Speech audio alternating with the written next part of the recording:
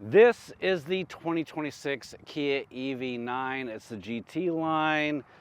It's all-wheel drive, and it might just be the best three-row EV for families. I'm Adam, this is Tech's Garage. Let's get into it. All right, before we get into this one specifically, let's talk about the trims offered for 2026. They keep it pretty reasonable here. You have the base, which is called the Light, and then you have the Wind, and then the Land trim. And at the top of the line is what we're in here, the GT line. What's new this year is mostly refinement. Kia didn't reinvent the EV9, and that's a good thing.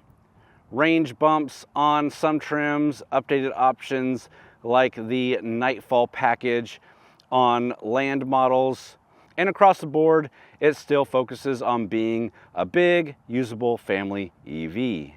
This GT line gets the dual motor all-wheel drive setup, a long list of features, and basically all the comfort stuff you could want. It's also the most expensive, and we'll definitely talk about that price and some of the competition towards the end of this review, but first let's jump into the exterior design.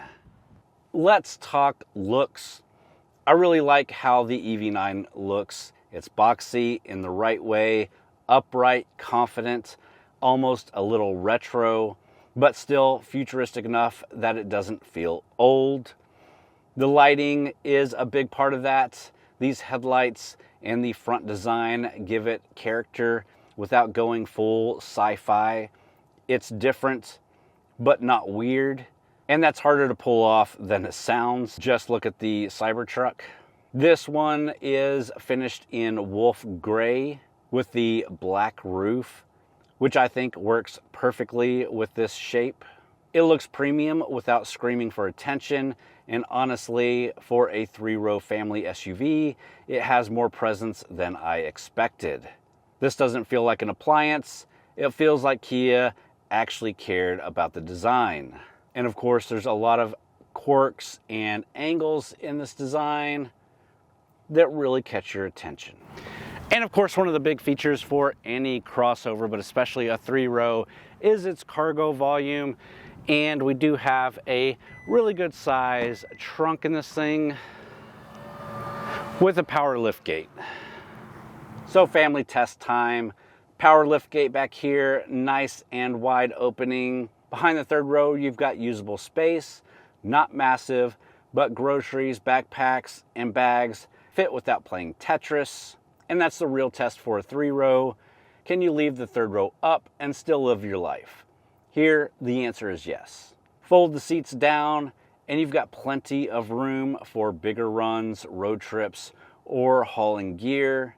It's not trying to be a cargo van. It's just honest with what it is. And then of course, if the hatch isn't enough space for you, you do have a Frunk in the Kia EV9.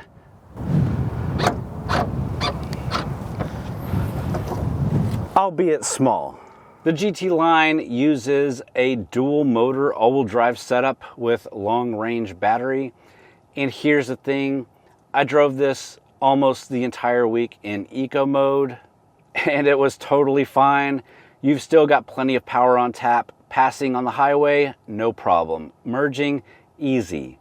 You put your foot down, it just goes. Yes, there is a sport mode. Yes, it rockets. But honestly, it feels more like a party trick in something like this than something you'll actually use day to day. For a family EV, eco mode is smooth, quiet, confident, exactly what you want. Charging has been painless. This has a native Tesla charging port, which I love. I stopped at a Tesla Supercharger with about 46% battery left, and it took roughly 18 minutes to get up to 80. That's coffee and stretch your legs time. They dropped this car off to me on a Monday. I drove all week, including a trip into Dallas. Like I said, a little work trip, driving around doing grocery runs or family shopping. And here on Sunday, I was sitting at the charger at 46%. That means no stress, no range anxiety. That's the kind of EV experience families need. All right, let's talk about the interior, because this is one of the places where the EV9, especially the GT line, shines. We have the gray with white interior, the GT line trimming, all really nice, modern without feeling cold, light without feeling sterile. Really a nice place to be. Let me pick you up and give you a good look around. All right, first off, we're gonna kick it on. Power button is on the gear shifter here. Put your foot on the brake and push it, and everything comes to life.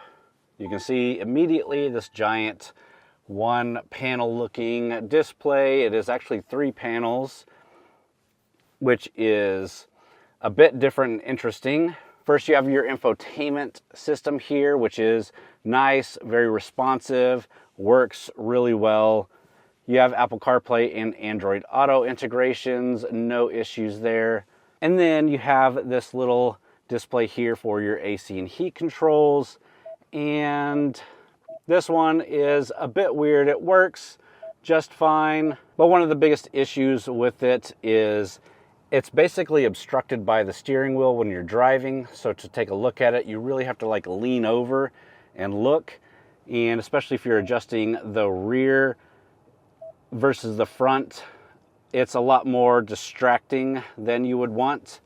You do have some physical buttons down here for just your temperature and fan speed and mode, but everything else you have to really dive into here, especially those rear seats. Next up is our driver information screen. This can be customized a bit depending on what you're doing, and when you switch into different drive modes, it will change, especially into sport mode. Moving back and looking at the steering wheel, it's a pretty standard Kia steering wheel. You've got your drive mode and terrain mode buttons down here, all your cruise control settings here, some different menus here for your driver information screen, and then some of your audio controls on this side. Again, tucked behind the steering wheel here is your gear selector. Push it all the way forward, you're in drive. All the way back, you're into reverse. You do have a reverse camera as well as a 360 camera, which is really great on this vehicle. You can get into neutral by pushing just up half a step basically, and then push in here for your park. Back underneath the infotainment screen, we do have a few touch sensitive buttons on the dash. These are kind of like hidden behind the trimming, so you can push them in and toggle a few different things for the screen.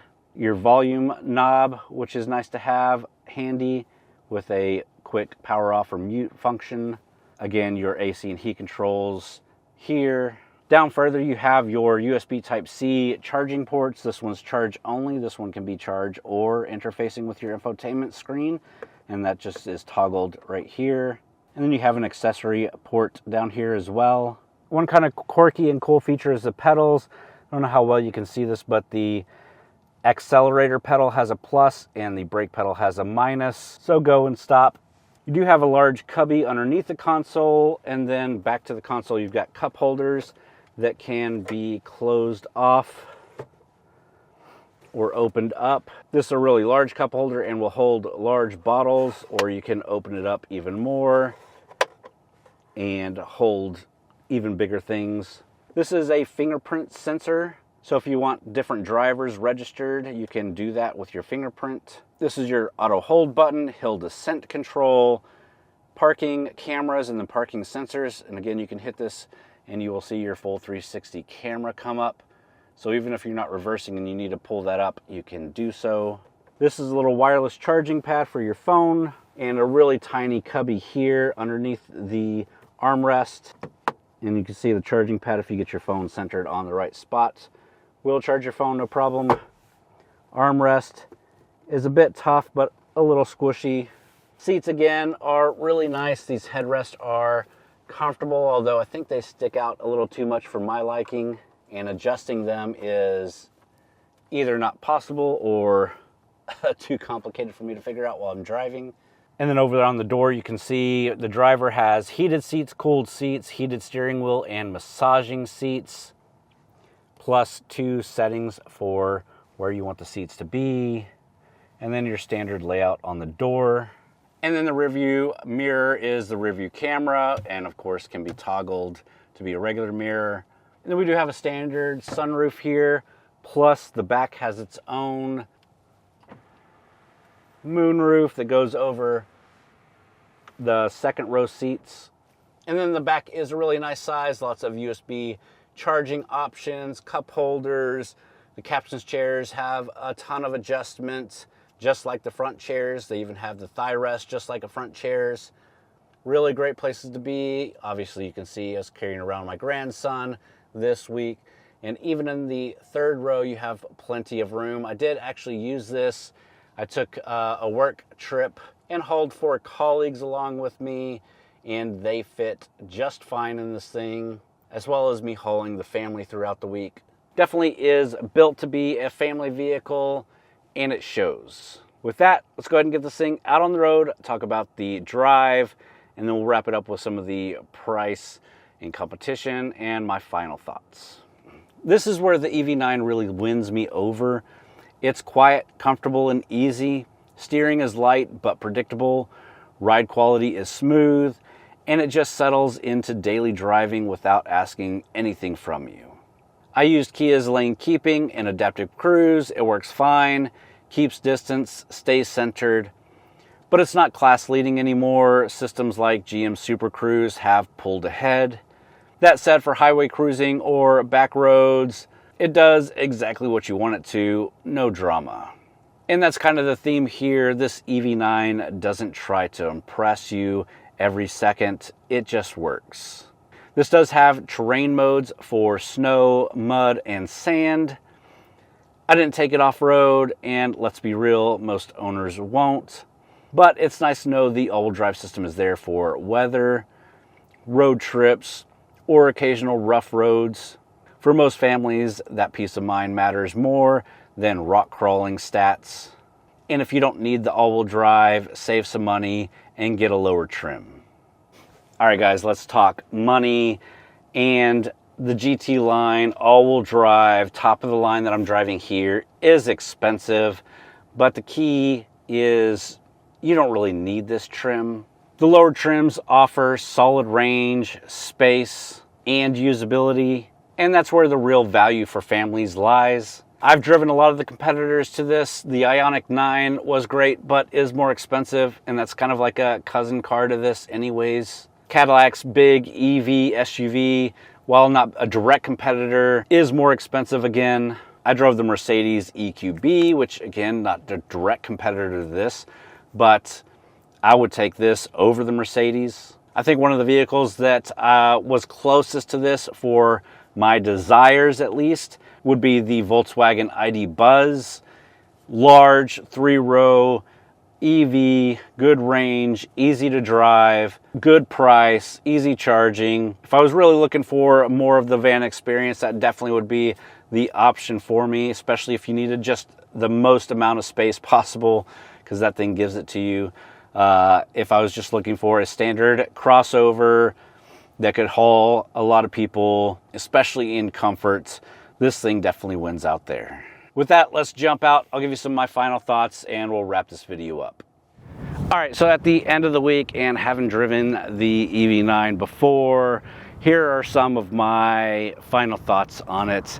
It's not the most flashy, most out there, most futuristic EV, especially 3-row on the market, and it's not really trying to be. It does have a good look, it does have good interior and good tech, but the main focus here is making good 3-row family vehicle that happens to be electric. And of course, that's what most families need and want. With that, I hope you enjoyed the video. If you did, please hit the thumbs up button. Leave me a comment down below. Let me know what you think about the EV9, especially this GT line. Subscribe to the channel if you're not already. We do a different review every week. Lots of great content on the channel, really worth checking out. Also check out txgarage.com, where we've got a lot of written reviews as well as event news coverage from a lot of authors out there, not just myself. Really worth checking out txgarage.com. With that, that's all I got for this one. Thanks for watching.